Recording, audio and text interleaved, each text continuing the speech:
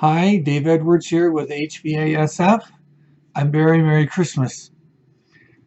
It's our video insight for week 52.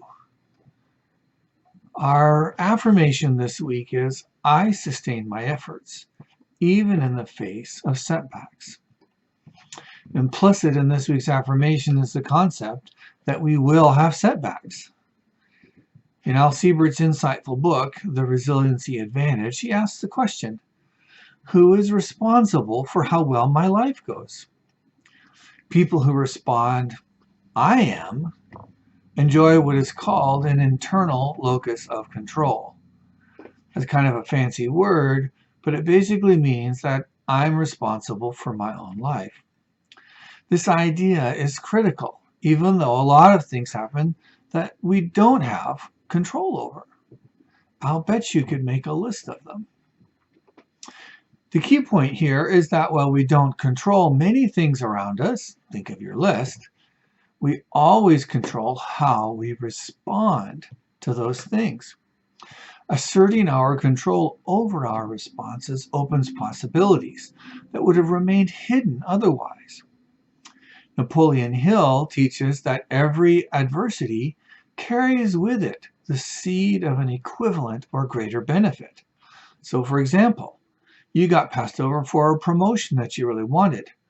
How do you respond? Respond is a key word here. Notice I did not ask, how did you react? Remember, reacting is working out of our primitive brain. And while it is immediate, it can and often does lead to unfortunate outcomes. Responding is working out of our prefrontal cortex. It takes the additional moment of time to recognize our reaction, consider why we are reacting that way, and formulates a better response. All while not judging or beating up on ourselves for our immediate reaction.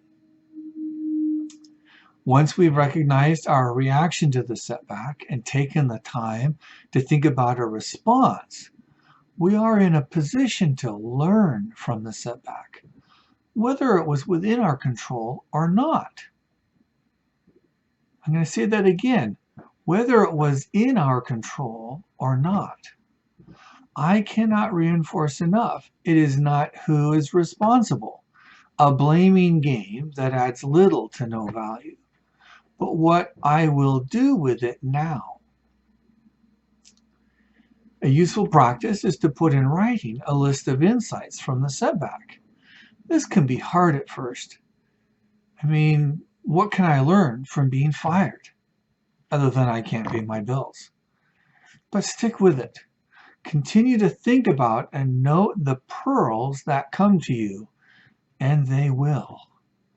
The sooner you start this, the better, because the facts are fresh, even though emotions may be still a bit raw. Continuing this over the following days can lead to additional insights. One beautiful result of following this process is hope. As you consider a growing list of options and learnings, you move your mind from the past challenge, and it is past, and it cannot be changed at this point, and focusing on your future. This is where your control is, your energy, your motivation, and learning that will propel you forward towards your goals. Now, have fun with this week's affirmation. Please share any insights you might have or have gained on our Facebook page so that others can benefit from your insights. Thank you so much for spending these few minutes with me. I sincerely am grateful for the time you spend. I wish you a Merry Christmas and have a great week.